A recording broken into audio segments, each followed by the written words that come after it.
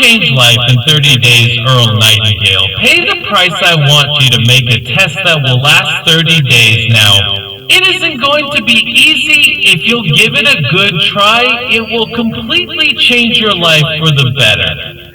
Back in the 17th century, Sir Isaac Newton, the English mathematician and natural philosopher, gave us some natural laws of physics, which apply as much to human beings as they do to the movement of bodies in the universe now.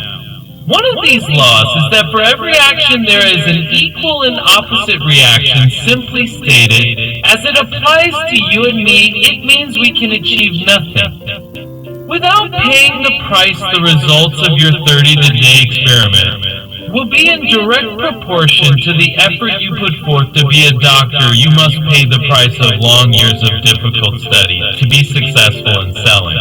And remember that each of us succeeds to the extent of his ability to sell, selling our families on our ideas, selling education in schools, selling our children on the advantages of living the good and honest life, selling our associates and employees on the importance of being exceptional people, to, of course, the profession of selling itself. But to be successful in selling our way to the good life, we must be willing to pay the price. Now, what is that price? Well, it's many things. First, it's understanding emotionally as well as intellectually that we literally become what we think about, that we must control our thoughts if we're to control our lives. It's understanding fully that as you sow, so shall you reap. Secondly, it's cutting away all the fetters from the mind and permitting it to soar as it was divinely designed. D2. It's the realization that your limitations are self-imposed and that the opportunities for you today are enormous beyond belief. It's rising above narrow-minded pettiness and prejudice. Thirdly, to use all your courage to force yourself to think positively on your own problem, to set a definite and clearly defined goal for yourself, to let your marvelous mind think about your goal from all possible angles, to let your imagination speculate freely upon many different possible solutions, to refuse to believe there are any circumstances sufficiently strong to defeat you in the accomplishment of your purpose, to act promptly and decisively when your course is clear, and to keep constantly aware of the fact that you are at this moment standing in the middle of your own acre of diamonds. As Russell Conwell used to point out, fourth, save at least 10% of what you earn. It's also remembering that no matter what your present job, it has enormous possibilities if you're willing to pay the price. Now, let's just go over the important points in the price each of us must pay to achieve the wonderful life that can be ours. It is, of course, worth any price when you will become what you think about. 2, remember the word imagination. Let your mind soar. 3, courage. Concentrate on your goal every day. 4, save 10% of what you earn, and action ideas are worthless unless we act on them. Now I'll try to outline the 30-day test I want you to make now. Keep in mind that you have nothing to lose by making this test, and everything you could possibly want to gain. There are 2 things that may be said of everyone. Each of us wants something, and each of us is afraid of something. I want you to write on a card what it is you want more than anything else. It may be more money. Perhaps you'd like to double your income, or make a specific amount of money. It may be a beautiful home. It may be success at your job. It may be a particular position in life. It could be a more harmonious family. Each of us wants something. Write down on your card specifically what it is that you want. Make sure it's a single goal and clearly defined. You needn't show it to anyone, but carry it with you so that you can look at it several times a day. Think about it in a cheerful, relaxed, positive way each morning when you get up, and immediately you have something to work for, something to get out of bed, for something to live for. Look at it every chance you get during the day, and just before going to bed at night. As you look at it, remember that you must become what you think about, and since you're thinking about your goal, you realize that soon it will be yours. In fact, it's yours really the moment you Write it down and begin to think about it. Look at the abundance all around you as you go about your daily business. You have as much right to this abundance as any other living creature. It's yours for the asking. Now we come to the difficult.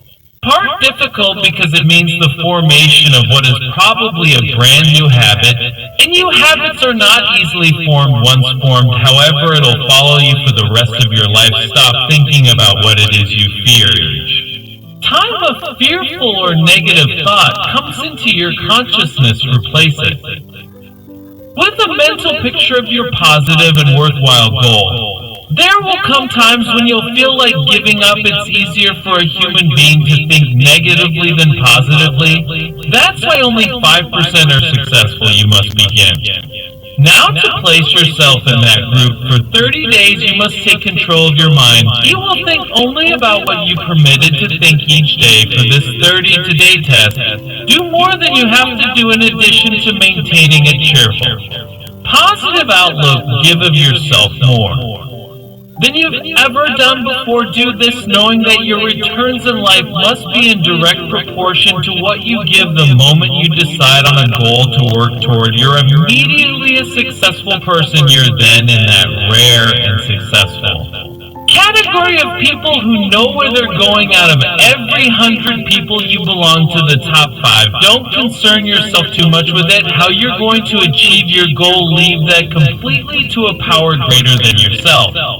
All you have to do is know where you're going. The answers will come to you of their own accord. Remember these words from the Sermon on the Mount, and remember them well. Keep them constantly before you. This month of your test, ask, and it shall be given you. Seek, and ye shall find. Knock, and it shall be opened unto you. For everyone that asketh receiveth, and he that seeketh findeth, and to him that knocketh it shall be opened. It's as marvelous and as simple as that. In fact, it's so simple that in our seemingly complicated world, it's difficult for an adult to understand that all he needs is a purpose and faith. For 30 days, do your best. If you're a salesman, go at it as you've never done before, not in hectic fashion, but with the calm, cheerful assurance that time well spent will give you the abundance and return you deserve and want. If you're a homemaker, devote your 30-day test to complete giving of yourself without thinking about receiving anything in return. And you'll be amazed at the difference it makes in your life, no matter what your job do. Yes, you've never done it before for 30 days. And if you've kept your goal before you every day, you'll wonder and marvel at this new life you found. Dorothea Brand, outstanding editor and writer, discovered it for herself and tells about it in her fine book, Wake Up and Live. Her entire philosophy is reduced to the words, act as though it were impossible to fail. She made her own test with sincerity and faith, and her entire life was changed to one of overwhelming success. Now you make your test for 30 full days. Don't start your test until you've made up your mind to stick with it. You see, by being persistent, you're demonstrating faith. Persistence is simply another word for faith.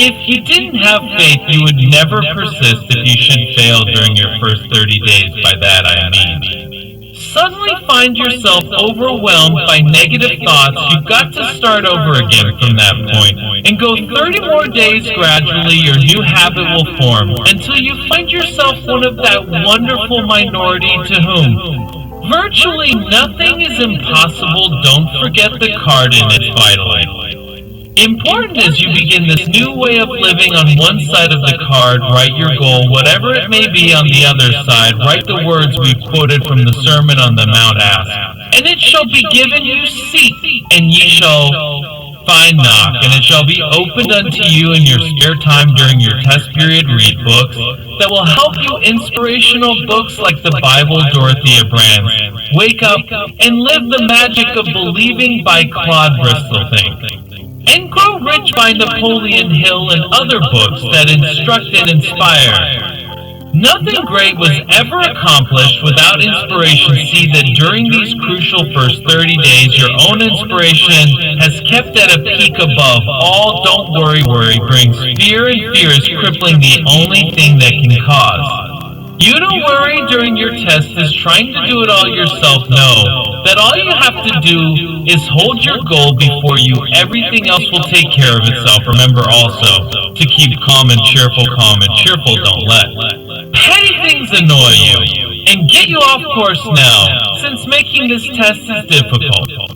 Some may say, well, why should I bother? Well, look at the alternative. No one wants to be a failure. No one really wants to be a mediocre individual. No one wants a life constantly filled with worry, fear, frustration. Therefore, remember that you must reap that which you sow. If you sow negative thoughts, your life will be filled with negative things. If you sow positive thoughts, your life will be cheerful, successful, and positive. Now, gradually, you'll have a tendency to forget what you've heard on this record. Play it off and keep reminding yourself of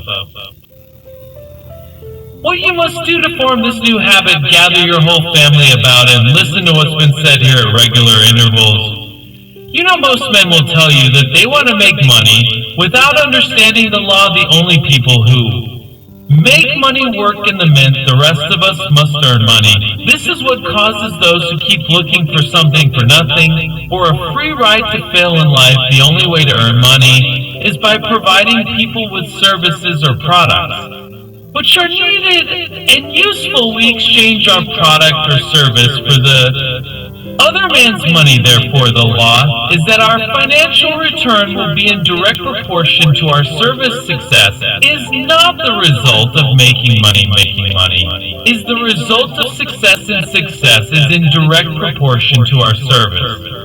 Most people have this law backwards. They believe that you're successful if you earn a lot of money. The truth is that you can only earn money after you're successful. It's like the story of the man who sat in front of the stove and said to it, "Give me heat, and then I'll add the wood."